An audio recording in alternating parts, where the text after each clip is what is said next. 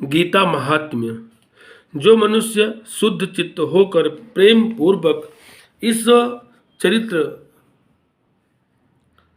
इस पवित्र गीता शास्त्र का पाठ करता है, वह भय और शोक आदि से रहित होकर विष्णु धाम को प्राप्त कर लेता है। जो मनुष्य सदा गीता का पाठ करने वाला है तथा प्राणायाम में तत्पर रहता है, उसके इस जन्म और पुनर्जन्म में किए हुए समस्त पाप निसंदेह नष्ट हो जाते हैं। जल में प्रतिदिन किया हुआ स्नान मनुष्यों के केवल शारीरिक मल का नाश करता है, परंतु गीता का ज्ञान रूपी गीता ज्ञान रूप जल में एक बार भी किया हुआ स्नान संसार मल को नष्ट करने वाला है। जो साक्षात कमल नाभ भगवान विष्णु के मुख कमलों से प्रकट हुई है, उस गीता का ही भली भांति गान करना चाहिए। अन्य शास्त्रों के विस्तार से क्या प्रयोजन है।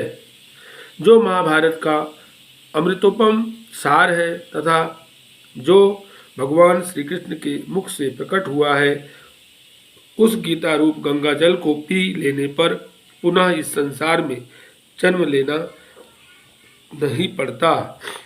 संपूर्ण उपनिषदें गौ के समान है।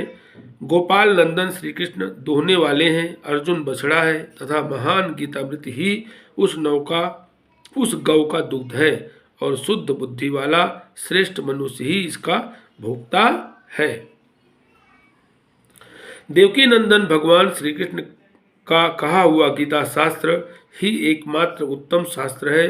भगवान देवकी नंदन ही एकमात्र महान देवता है। उनके नाम ही एकमात्र मंत्र है और उन भगवान की सेवा ही एकमात्र कर्तव्य कर्म है।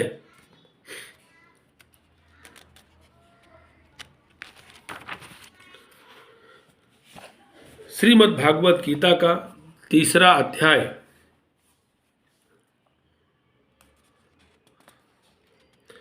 अर्जुन बोलते हैं, हे जनार्दन, यदि आपको कर्म की अपेक्षा ज्ञान श्रेष्ठ मान्य है, तो फिर हे केशव, मुझे भयंकर कर्म में क्यों लगाते हैं।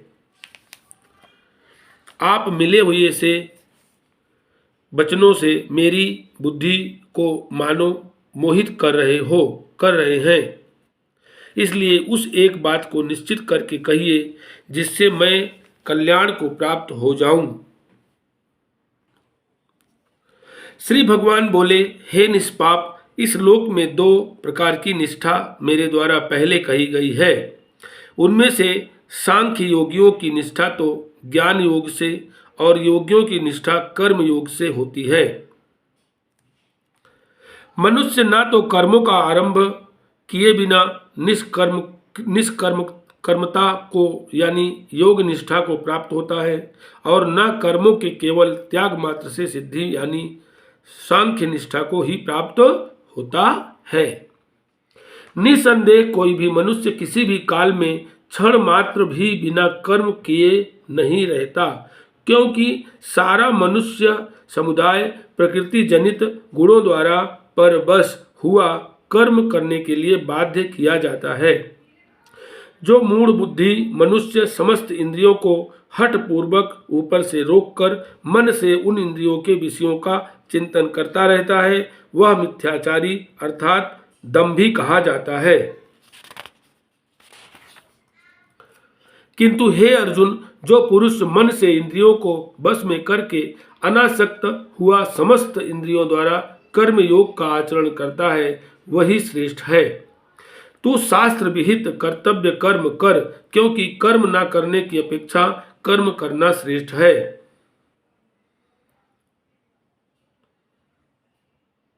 तथा कर्म न करने से तेरा शरीर निर्वाह भी नहीं सिद्ध होगा।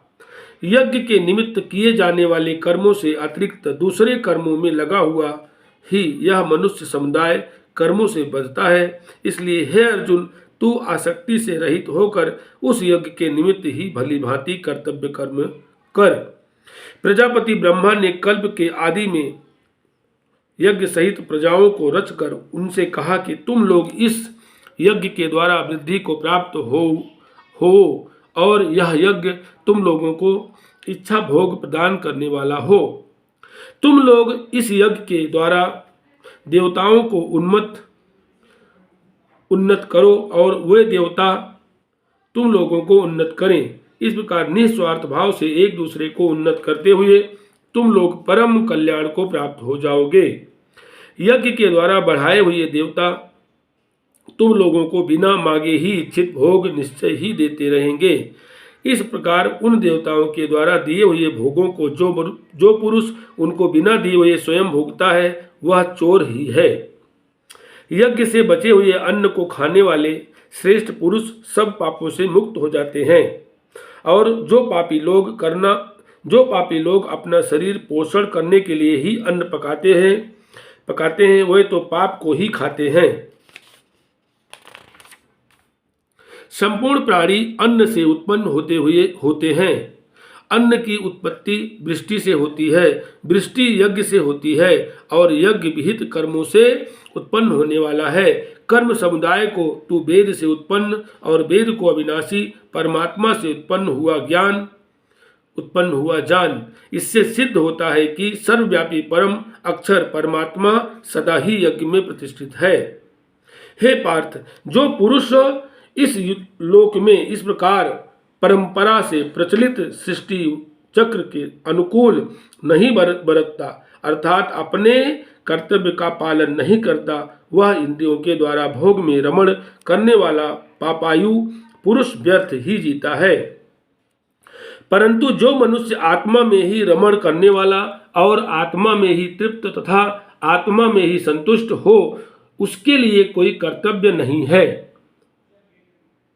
उस महापुरुष का इस विश्व में ना तो कर्म करने से कोई प्रयोजन रहता है और न कर्मों के न करने से ही कोई प्रयोजन रहता है तथा संपूर्ण प्राणियों में भी इसका किंचित मात्र भी स्वार्थ का संबंध नहीं रहता।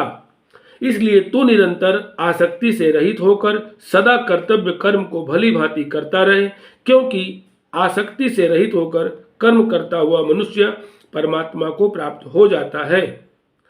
जनकादि ज्ञानी जन भी आसक्ति रहित कर्म द्वारा ही परम सिद्धि को प्राप्त हुए थे।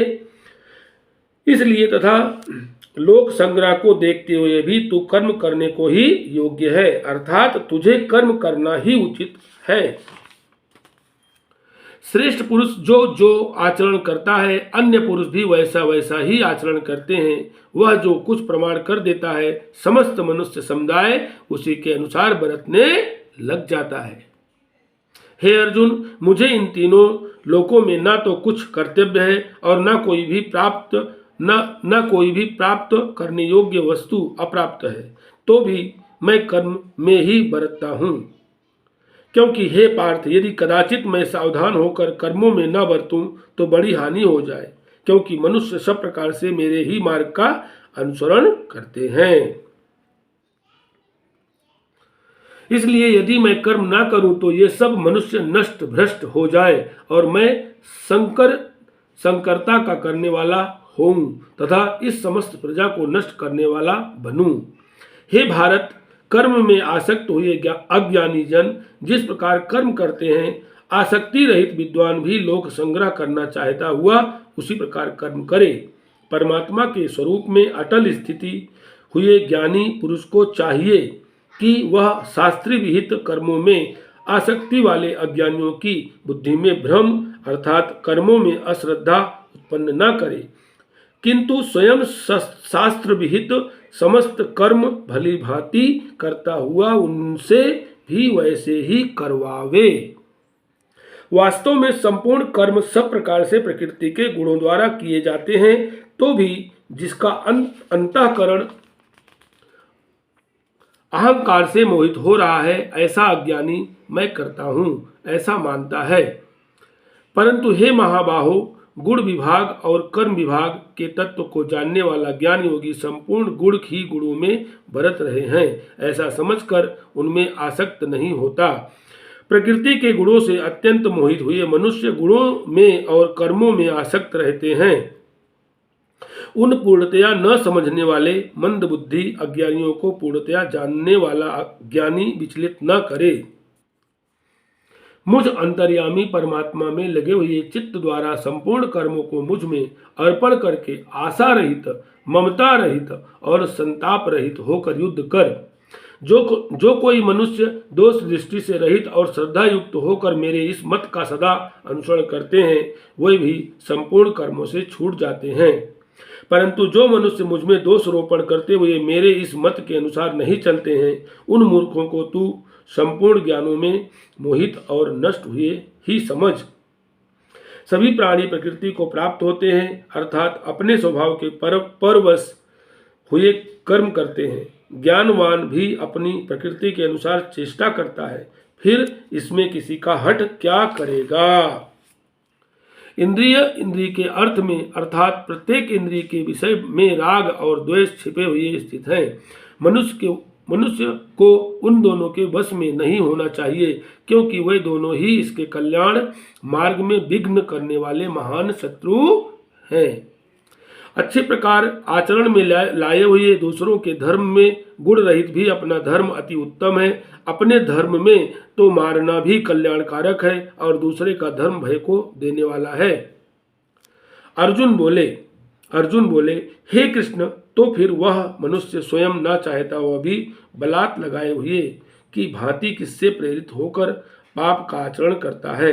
श्री भगवान बोले, रजोगुण से उत्पन्न हुआ यह काम ही क्रोध है। यह बहुत खाने वाला अर्थात भोगों से कभी न अघाने वाला और बड़ा पापी है।